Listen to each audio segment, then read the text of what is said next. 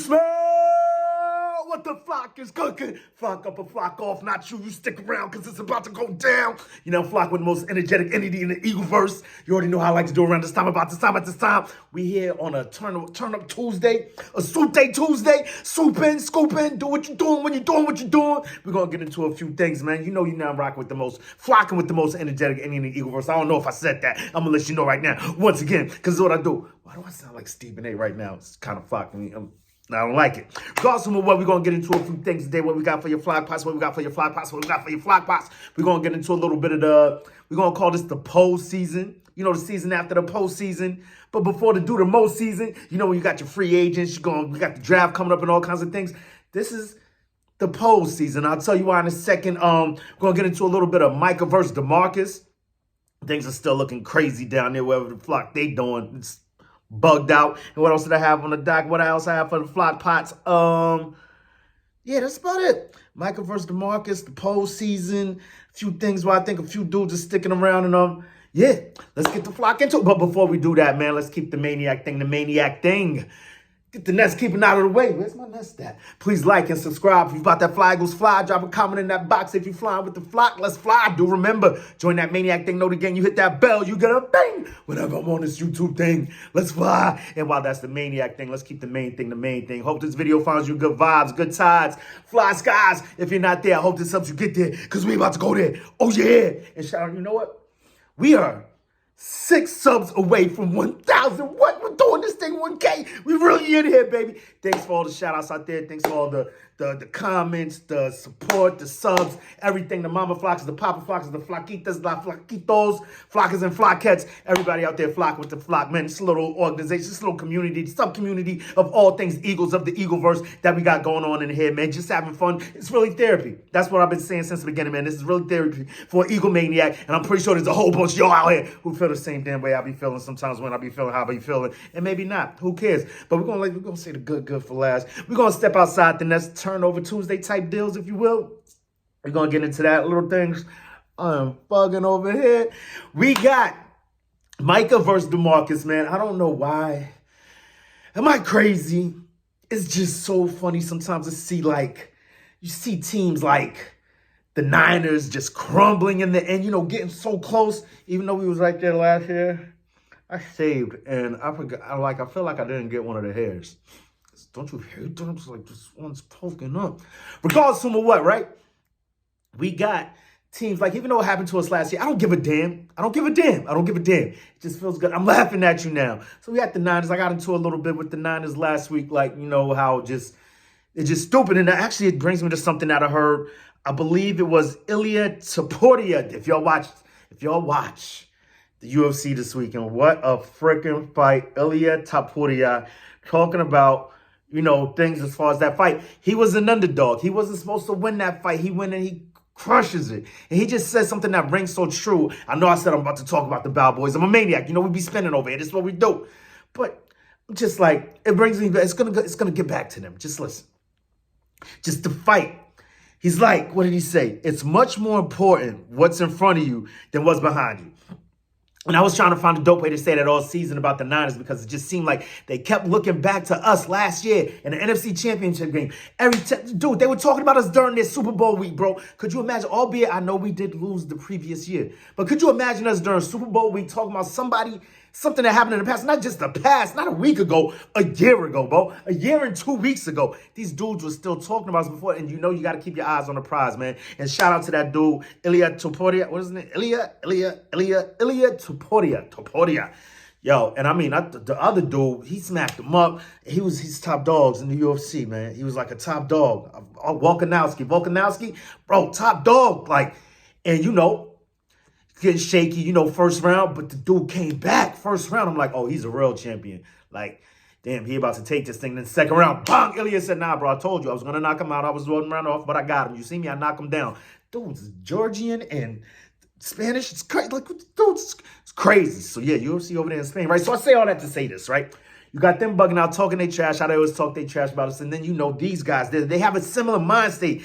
The Cowboys and the 49ers, is oddly enough, you know, they're both like, Cowboys, like they both fell off the horse. Something going west. Something happened to them, bump their heads. One team is seeing stars. One's get fool's gold. These dudes are nuts out here. They ain't doing it right. Something's wrong with those. But you know what? I want to stay focused on us. But we just want to step outside the nest real quick. So DeMarcus and Micah out here.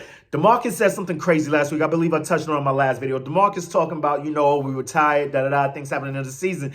Micah's like, bro, what are you talking about, son? Like, how do you say everyone's tired? This, that, and the third. Much like everyone else is saying, but this is your teammate, bro. We're going to do this during interviews, on social media, on YouTubes, and all kinds of things, bro. This is your teammate. You share sure you got his number, man. You could call him up. What are they? I mean, I just love it. I just love the dysfunction that these teams go through, the stupidity that just permeates through these organizations. I mean, some things, everyone, you can point your finger at us. We do some things that we don't understand either. I mean, I was just listening to Sports Take, Rob and Tone, right? Whatever the case may be, they're talking how, like, it's crazy. Much like I was talking about in my last video, how in most sports you see is up the middle. Up the middle is where you create your teams and all that. And they even compounded what I was saying, how you see there's almost no play going on in bad play, if you want to call it, if anything, going on in the middle of the field on both sides of the ball for us. We've seen it. We've seen the videos of just routes being ran on the outside, nothing across the middle or anything. Like, we don't even look at the middle of the field, right? So that's something, of course, you could have. We could take a look in the mirror, open your eagle eye, poke your beak in, give it a real eagle screech, because that will drive you crazy. You know what I mean? But I'm just, those are operational things. I feel these things are organizational things, systemic things that just like, you can say the same thing about us. Because what? We pooping on these dudes right now. So let me just get through what I'm getting through. It's what I mean, and it's just these are things that seem to happen over and over and over and over again with these teams, and they just never get to where they're trying to get. We just got there, you know what I'm saying? Albeit 7 years ago, like it feels like it was just yesterday. Now we're starting to get closer to that decade mark. Like it's like, all right, we gotta fix some things up, tie some things up. You know what I mean? But we just have to just look at what they're doing and not do what they do as far as their leadership and what they do over there. At least we can say over here, we've got great leadership. You see how Fletcher Cox waited till after this. He's like, you know what? Postseason thing after this, that's when he told him the E&D. Oh, I'm not doing that, but you get what I'm saying, right?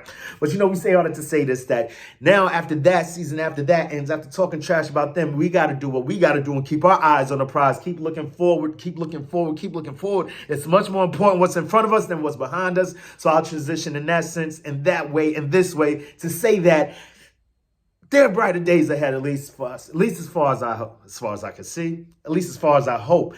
However, there's some things that we have to change up. Like I said, I called the postseason, the preseason, the preseason, regular season, all that. But all that stuff that happens in between, I take it upon myself, go inside the mind of the maniac. Like, what do we call this season? Right now, what happens? Right now, it's the postseason. P.O.S.E, positions of serious examination. Yeah. These are positions of serious examination that we're going to go through over the next few days before we get to do the most season, which is free agency and the draft. And you want to try to get the most that you can get out of all of those situations coming up. Do the most season. But right now, this is the postseason. After the postseason, posturing ourselves to what we're going to do next, what we need. So today, I want to put a highlight, put a magnifying glass, put a microscope on the running back position. There's no method. There's no method to the madness right now.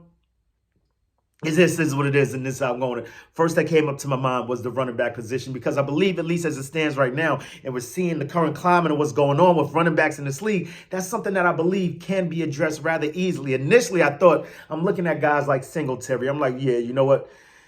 Devin Singletary, I know a lot of people probably won't feel. I saw some of the things that he was doing with the Houston Texans this year, and I'm just like, yo, I can see that working with our scheme. It seems like the type of guy we get, like a Sproles type dude, who's in there now that we got similar to that. We got Boston Scott over here now, and I don't know what's going to go on with him. I saw a lot of, I don't know if it was disuse, no, it's not disuse, misusage, or just no usage at all as far as that stable of backs that we had back there that we could have confused other teams with last season. It was just like a heavy dose of I didn't mind the heavy dose of DeAndre Swift. It was a little bit too much Gainwell for my liking, even though I foxed with Kenny G and the Sweet Feet music. Could you imagine a combination of him and Gibson next season, though? Him getting back with Gibson, the Memphis boys up in Philly. It could be crazy.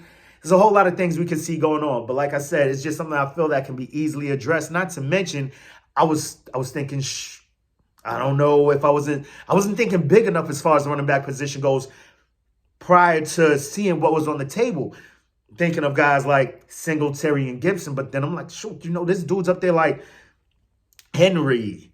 We've got Henry up there, Derrick Henry up there. We've got Saquon Barkley up there. We've got so many dudes up there. You know what? Let me check. Let's check the fly paper. Yeah, because we do this thing on the fly. Boom. You got Pollard up there. You got Austin Eckler up there. Derrick Henry up there. Josh Jacobs is up there. Saquon Barkley is up there. There's a lot of guys up there. There's a lot of guys on the table this offseason, which, unfortunately for them, is probably going to end up, and unfortunately for the rest of the league, is unfortunately probably going to end up with the Eagles. Fortunately for us, are going to end up getting a crazy deal, probably some wild ROI. It's not going to be the guy we want, but it's definitely going to be the guy we need. We know how he does it, how he busting the stupid dope moves. You know what I'm saying? With Jeff Steban signing off, right? So I can see any of those guys coming here for the dirty low. But the one guy that I think may be the highest possibility may be the guy that we thought was walking out of this door in DeAndre Swift. I think it lends what the current climate of what's going on in the NFL as far as running back goes, lends us to have a bit more leverage as far as a guy like DeAndre Swift. Like, we could look at guys like, who is it, Henry and Jacobs and Barkley, where I felt those dudes are a bit longer than two. Even an Eckler. I know Eckler does a lot of things that we've always said we wanted to do. I even heard Tone and Rob bring up the fact that there's a connection with Eckler and Keenan Allen, Kellen Moore. However, in my estimation, that was, a 1-year thing? And I mean, damn, Eckler was out of that building for like about half the damn season. Who knows, whatever the case may be. What I do know is this, what I can foresee is this, at least I believe, when seeing what Howie has done in previous offseason as far as the running back position goes, I don't believe that'll be a place that'll leave us with distaste as far as the running back position goes and what we acquire in this postseason, where we're posturing, or this is me examining it, what we'll get in the most season. As far as my examination goes, I think we're going to come out pretty good on that end. The money seems to be right. There are a lot of other positions that we're going to need to be filled in this offseason. There's so many free agents that we're going to have to contend with, that we're kind of contend with losing. However, I always see that as a double-edged sword. We may lose this guy, but we're going to get it on the back end as far as draft pick goes. And not to mention, we also have the non-draft picks. The other thing that can affect this running back position is the fact, what I'm hearing is that it's a weak running back, not so much market, a weak running back draft, stable of backs that they have in the draft coming out this season. So that may heighten the urgency of picking up one of these backs that are in free agency as opposed to looking to the draft for a running back. I mean, we'll still have, I believe, Kenny G is still under contract. Kenny G with the Sweet Feet music. Kenneth Gainwell, everyone else. We're going to have to examine what we're going to do with these guys. I mean, we didn't even touch Rashad Penny last season. What did the dude fall off a cliff? Is it the injury he had, the type of injury that takes a year to get back from? We did see what he did in pass pro, which was horrendous. So I can definitely see that being a reason to keep him off the field when we have the highest commodity, our top dude, Jalen Alexander the Great back there, and you just whiffing on blocks. Like, we can't have that. That's the highest commodity on the team. You know what I'm saying? Speaking of that, you know what? We'll probably get into that on a Thursday. I don't even want to get that dude no airplane. I'm pretty sure y'all dudes know what the flock I'm talking about. Like, just giving him what he wants. I'm going to try and steer clear of that. Woo! Talking crazy. But you know what? So first in my little polls series, little segment I'm going to do going on in the offseason, at least until we pull up to the big dogs with the draft and the free agency. Free agency, we're only like 3 weeks, just under 3 weeks away. 2 Mondays, whatever the case may be. I believe March 11th, free agency begins. So, so much to get into in the coming days. I can't wait till the next time. Make it your best time. In the meantime, between time, keep it green time. You already know how I like to do around the time, about the time, at the time. Open your eagle eye, poke your beak in. Give it an eagle screech, and say it with me one time. What you gonna do when Eagle Mania swoops down and runs wild? Or you know that's not what I really wanted you to say with me, brother. This is what I want you to say with me one time. Say it, let's go. E-A-G-L-E-S, Eagles. Let's fucking go, man. What a beautiful start to this postseason, man. Let's get to this 1,000. What are you crazy? The flock is up. Yeah. Let's get the flock up out of here.